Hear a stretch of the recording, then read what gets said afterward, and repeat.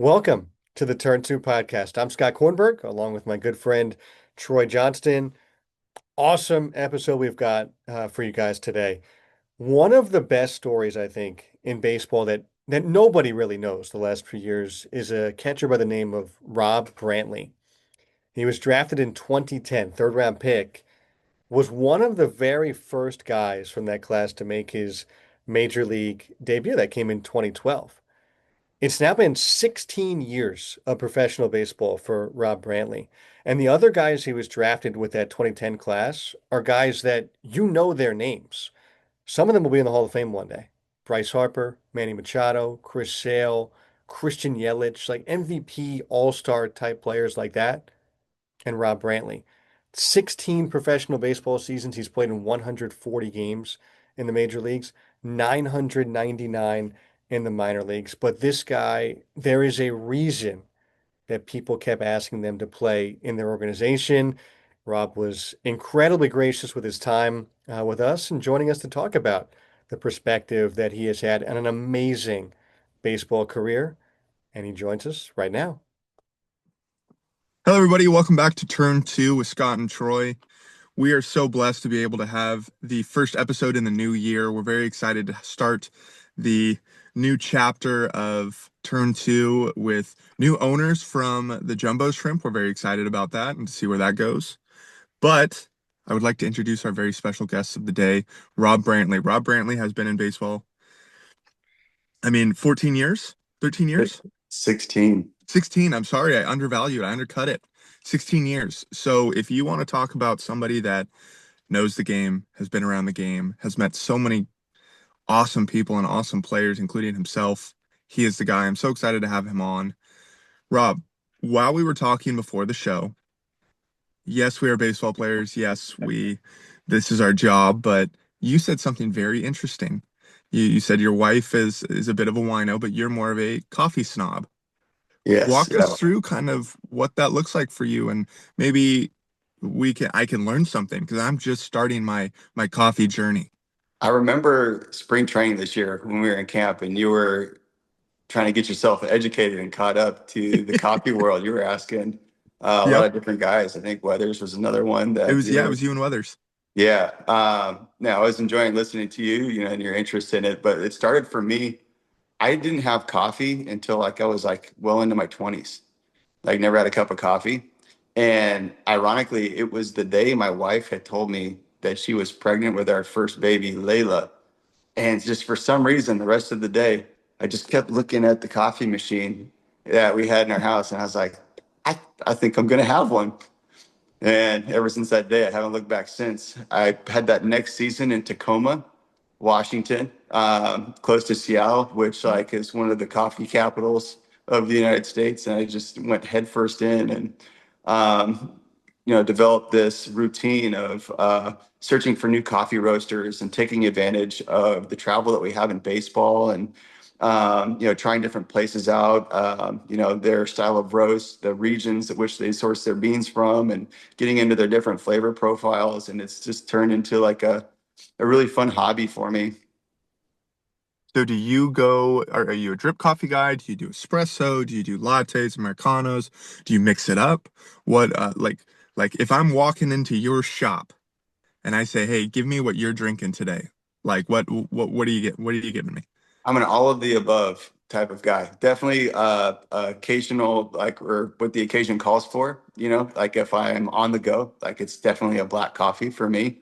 When I do more of the latte style drinks, whether like mixed milk, whether it's a latte, cappuccino, or a cortado, which I really have been in on the cortados lately, which is essentially just a name for like less milk, like less froth milk, so you get more of the coffee flavor from the espresso.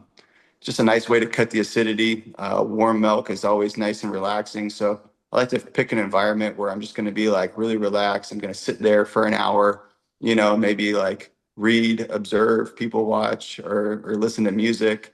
But yeah, so if you come into my shop, it's like dealer's choice, like whatever you want. That's awesome. What kind of machine do you use? Right now for espresso, I have the Barista Express. For drip coffee, one of our Christmas gifts was the Aiden coffee machine from Fellow Okay. with a nice new coffee grinder because I ran my old one to death. It finally broke, so it's time to upgrade those.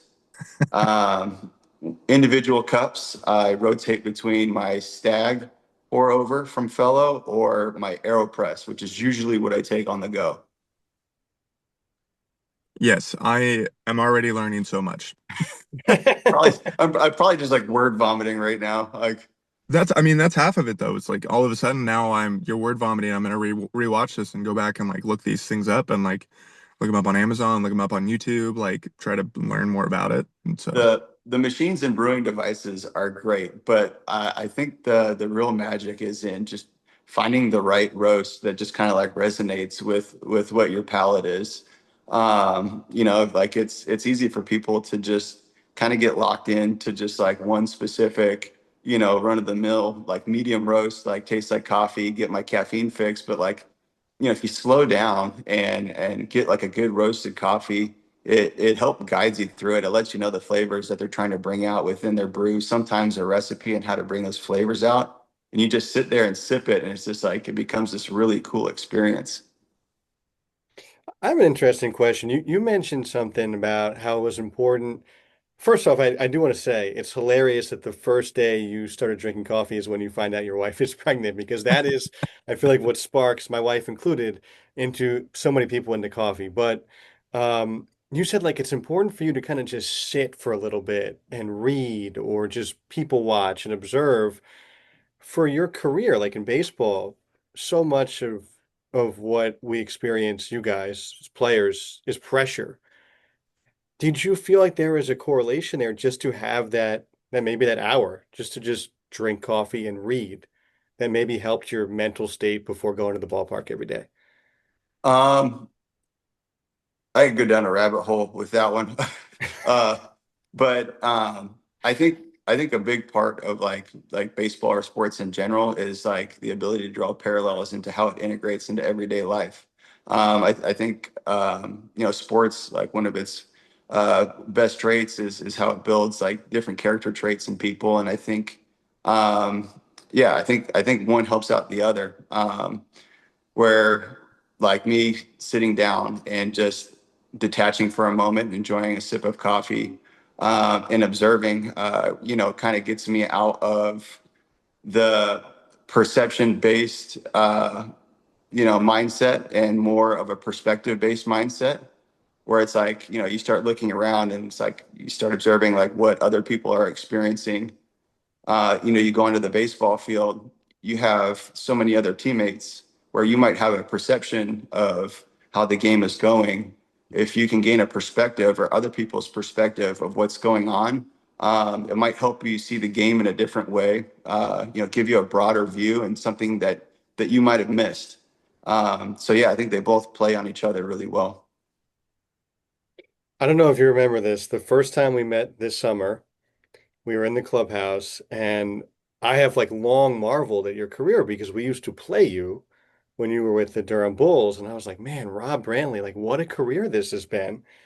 And the year you were drafted, 2010, there is a good chance there's three players going to the Hall of Fame from that class: Bryce Harper, Manny Machado, Chris Sale. And the guys who are still playing are former MVP winners like Christian Yelich and Kevin Gausman, like an all-star pitcher, and you.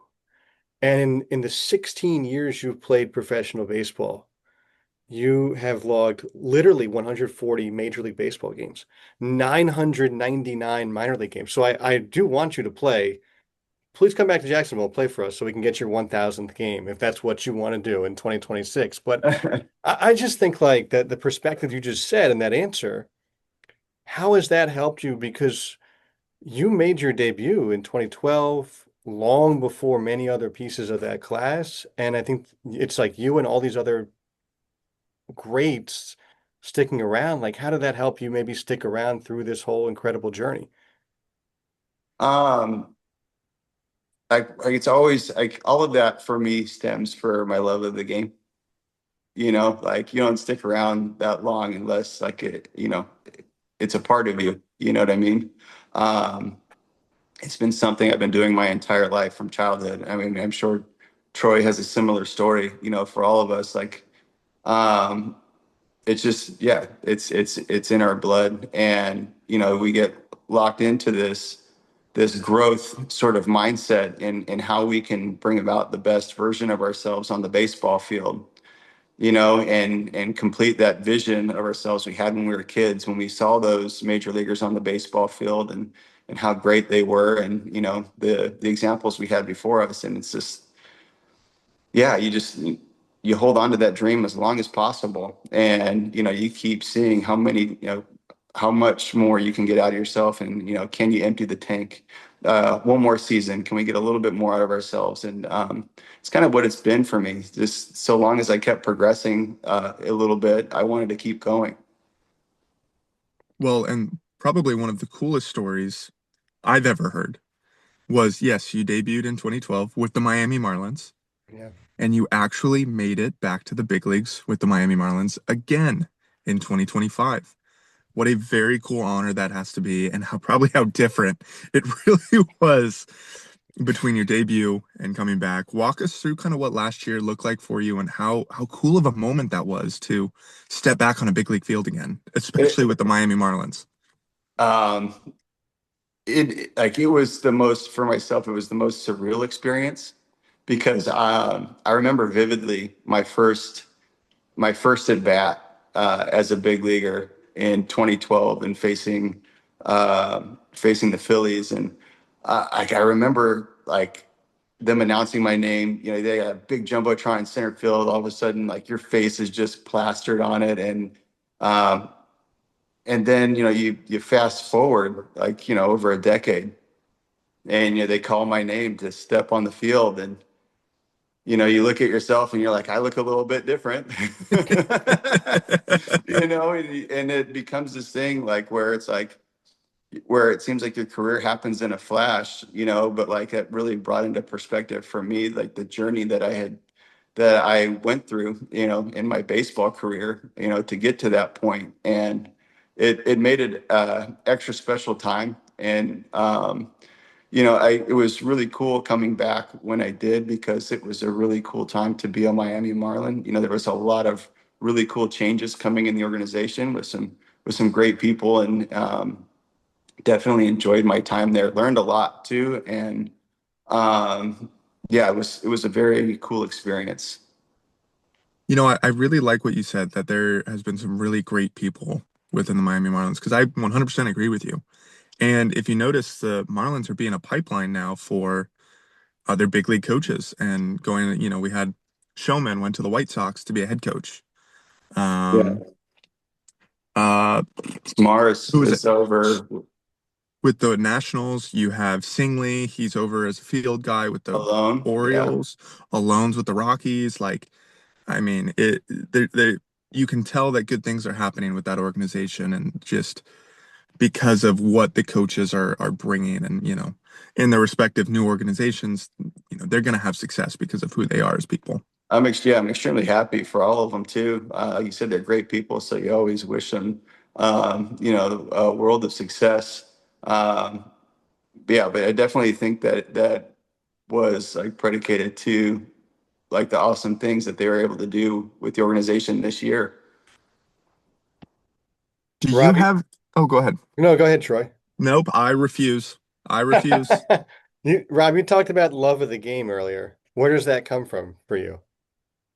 Um, Shoot, I mean, that starts in childhood. My grandfather, my dad, both, had a pretty strong connection and love for the game. My grandfather, he immigrated from Panama, and just like brought with him, that kind of Latin passion, for the game of baseball, and instilled that to my dad, and my dad into me. They both served in the military, so I got two generations of military before me, but. Um, Baseball was always the thing when my dad got home from work. We were playing catch every day. We were going to hit every day. I would go to my grandpa's house. He'd put in old VHS tapes of like he was a diehard Yankees fan, so it was like all like the old Yankees, Mickey Mantle, like you name it. And that was my everyday. So when I go in retrospect and look back in my life, my fondest memories are on a baseball field. So yeah, it runs really deep in the Brantley family for sure. You talk about Panama, and I know they had at one time maybe approached you about playing in the WBC, which is really cool. Um, the Yankees, Panama is Mariano Rivera, and I know you've gotten a chance to play for the Yankees, which has to be a big thrill. I think I saw in your college bio your favorite player of all time is Mickey Mantle, though. So that's like something that's kind of rare for a player in the 2010s to say. So I guess like knowing that you have the connection to Panama, Mariano, obviously one of the great players of all time, your love of Mickey Mantle, like, what was it like to put on the pinstripes? Um, Emotional to say the least. Like very personally, just knowing like what that team meant to my grandfather because he was a diehard Yankees fan and he loved Mariano Rivera.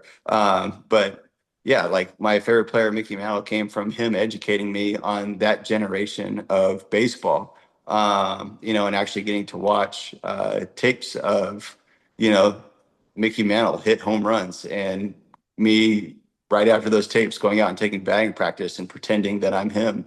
And creating this like visual feedback loop to create the player that I am today. Um, but yeah, getting to play for the Yankees and getting to throw on the pinstripes for the first time, um, it's impossible to describe, especially when I got to step onto the field for the first time in Yankee Stadium, which was actually pretty funny because I didn't step onto the field as a catcher. It was, I think it was 2021. I got called up because some players got sick and COVID, we were navigating our way through that and the protocols. A couple players went down, so I came up, and I was up there to catch because I think it was Gary Sanchez that got sick. But I mean, guys started going down like flies, and they lost all of their first basemen.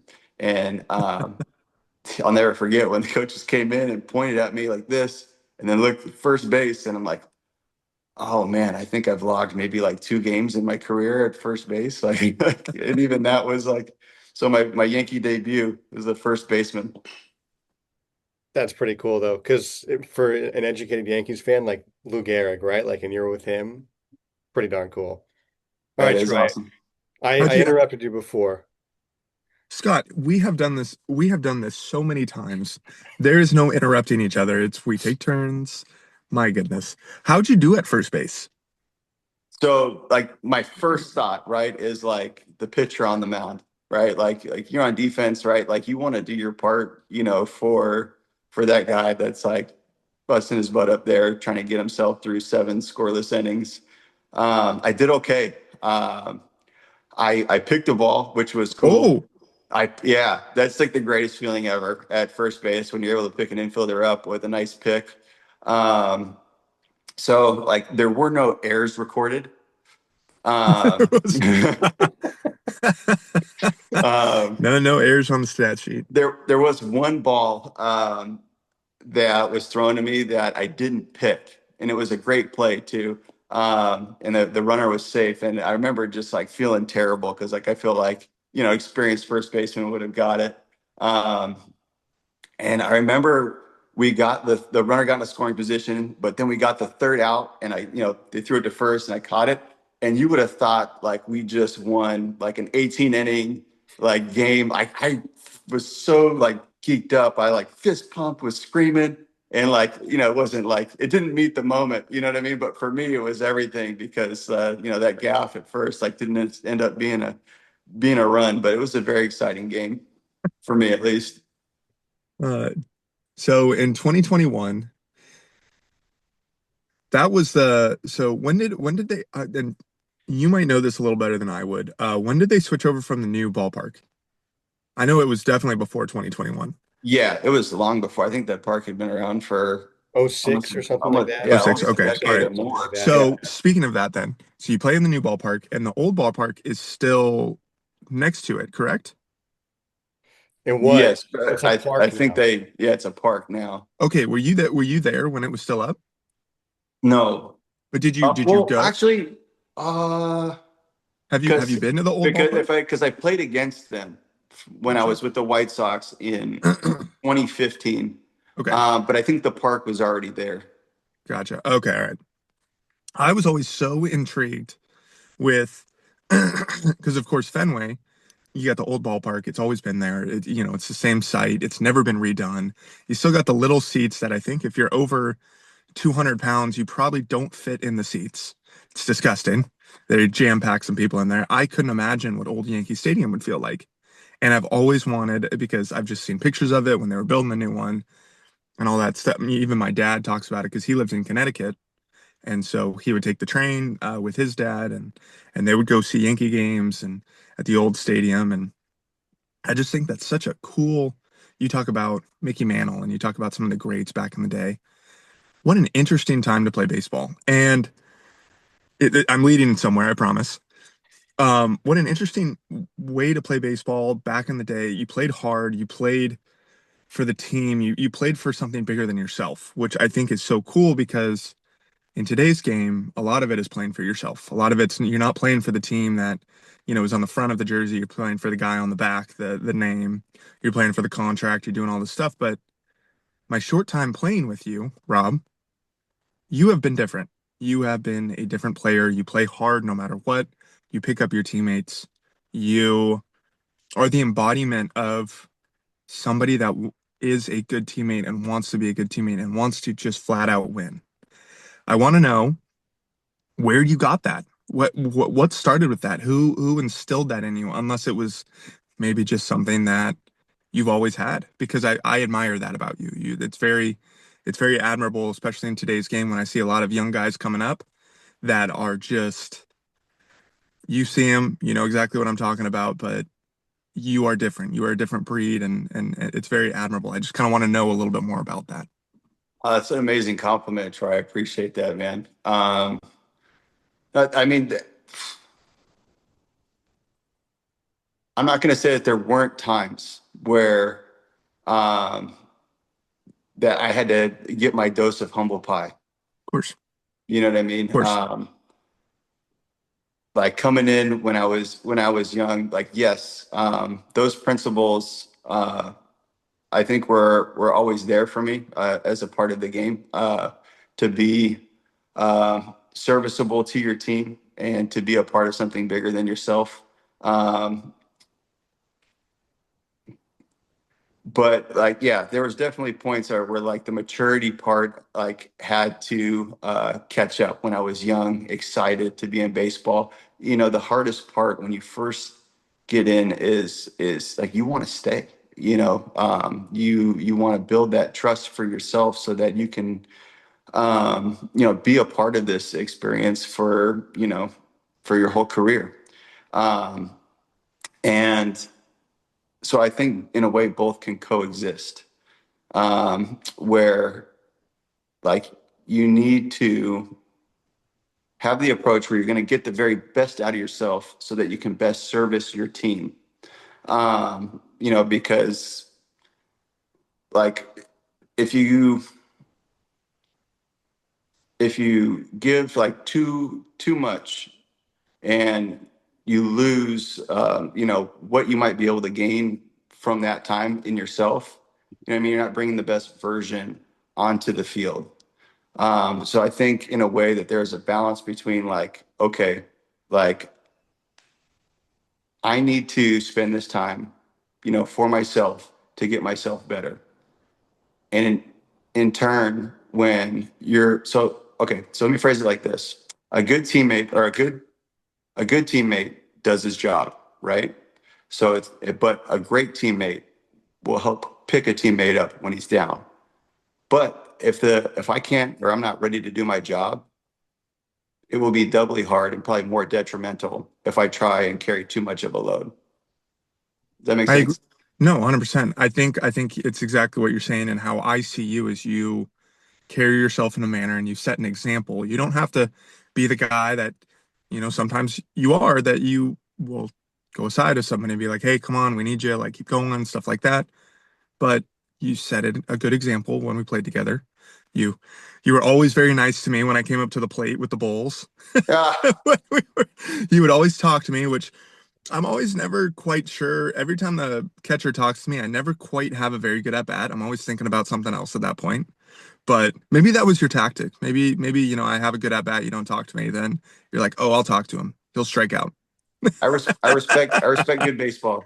Uh, and I respect good baseball. And to your credit, I saw a guy, you know, in the minor leagues, like working his way up, hadn't had his opportunity yet, but constantly put the best foot forward. Played a great baseball game every single game. Was adding to his team in any way possible, whether that be physically or emotionally. So yeah, there's a mutual respect there that I give players when they come up to bat or something like that. Like, if you're playing the game in a way that I believe to be the right way, then yeah, it'll be nice to you. Yeah, I'll be nice to you. Do you ever speak Spanish to any of the Spanish players that go up? I try. You try? I try my best. I want to learn Spanish. I actually uh, like when in the environment, like I can actually hold a conversation pretty well.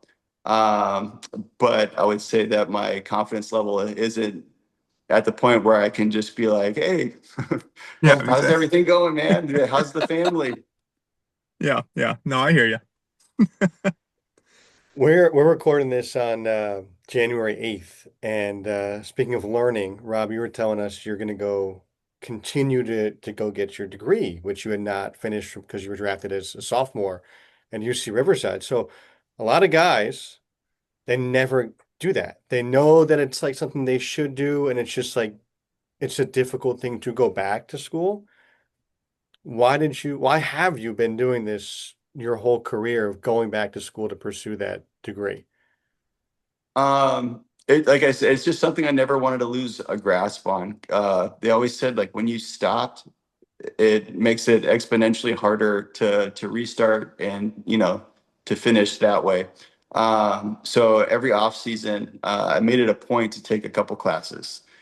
Sometimes that might have just been one class in an off season. When life was a little bit more busy and when I first started having kids, but like I still never wanted to lose the grasp on what I was trying to accomplish there. I have an amazing opportunity to take these classes. Where I had a scholarship when I was in UC Riverside. I was able to negotiate a scholarship when I got drafted by the Detroit Tigers, and like I thought what a waste that would be of not seeing it through to the end. And just like from a principal standpoint, I want to see things that I start. I want to see them through to the very end. So I'm in my last two courses now, 16 years later, could have two doctorate degrees or whatever, but it's finally going to finish here and I'm excited for it. What are you majoring in? I'm a kinesiology major. Nice. Yeah, I started when I was at UC Riverside. I was a history major, but when I started doing the online prep program through CBU, I pivoted because kinesiology just fit my interests and my career trajectory a little bit better. Nice. I like that. Do you My bro, feel, my oh, go ahead. no, you go ahead. You start. No, Scott. You Do you go. You go feel for it, Scott. like your career catching position, right? Troy just talked about how great of a leader you are. I'm sure you get this question a lot. Like, do you want to stay in baseball in some capacity whenever, hopefully many years from now, you're done playing? Yeah, baseball is a part of me, and I think it'll always be a part of me. If I get the opportunity to stay in that world, I think it's something that I would, appreciate very much. I could see a lot of fulfillment in that sphere of getting to pass down my knowledge, from all the experiences I've had over the past 16 years and 12 different major league organizations. And um, yeah, it's definitely something I'm open to. I have two more. So Troy, do you have any more? Nope. If I have a No? question, I'll ask. Nope. Nope. Okay. I asked I my coffee question. we got the most important stuff out of the I way. kind of right away. I was like, coffee, yes. I have a fun one to end it, I think. I think it'll be fun.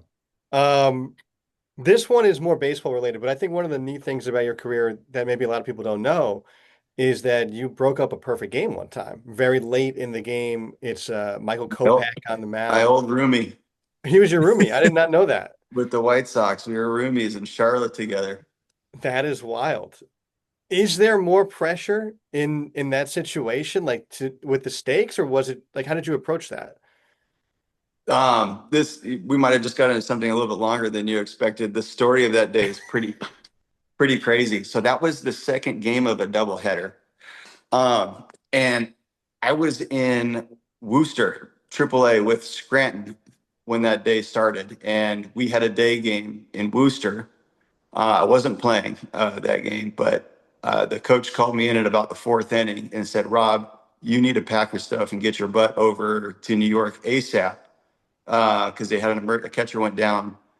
So I was driving from Worcester to New York in my car with my family in there as the first game was going. And like, I don't know what you know, like if you drive into New York, like the GPS, like whatever the GPS says, you got to add like 45 minutes as you get closer, right? The line gets red. Traffic is terrible going into the city. And I'm just sweating to like, am I going to make it? You know what I mean? And that's like, every player's worst nightmare is missing an opportunity to get called up and play in the big leagues. Um, Luckily, I made it on time. Bryson got car sick and threw up in the car on the way. It was insane. My wife like intuitively knew it was going to happen and looked and had a bag ready. She caught it midair while we He's were amazing. driving. It was incredible. Probably the web gem of the day was actually on the drive over with my wife catching all this throw up, not a drip into the car. I make it there. I take off my, I don't say hi to anybody. I take off my street clothes, put on my uniform, don't even stretch. I walk straight out. Severino's already stretching out to warm up. And so I play catch with Severino, warm him up, and I'm in a baseball game. Friday night under the lights against the White Sox, catching Severino. It was like everything was happening so fast. Kopech was on the mound. He was absolutely dealing, had a perfect game through the sixth. And I think he got me to like two strikes and just, I might have choked up like 6 inches because like, this is either coming in at 104 or I got to figure out a way to control this batting. Luckily, it was a fastball and I just shot it out in the left center field. Um, but he got out of the jam and as I was running, we crossed ways and he was like, "Gosh darn it, Rob." That's That is a good amazing. story. I have one more kind of crazy, like somewhat Yankees related thing. It's not nearly as crazy as that, I don't think, at least. But I do think from some people who have told me you're a big Office fan, and huge shout out to Adam Marco, the Scranton Wilkes-Barre broadcaster who helped make this happen. Thank you to my good friend. But as an Office fan, the Yankees AAA team, you've I think played there a few times, Scranton Wilkes-Barre. I know it is not like a crazy thing, but the when we played in Scranton like 3 years ago, I made it a huge point to go see the pen paper building. And it was like the perfect kind of day where like in the intro of the office, it was the same kind of sky. Like, it was like the office gods, the TV gods were blessing me that day. But was it kind of cool in a way as a fan of the show to play in Scranton? It was really funny. Yeah, and the Electric City song definitely rings in my, you're there, Yeah. Electric City.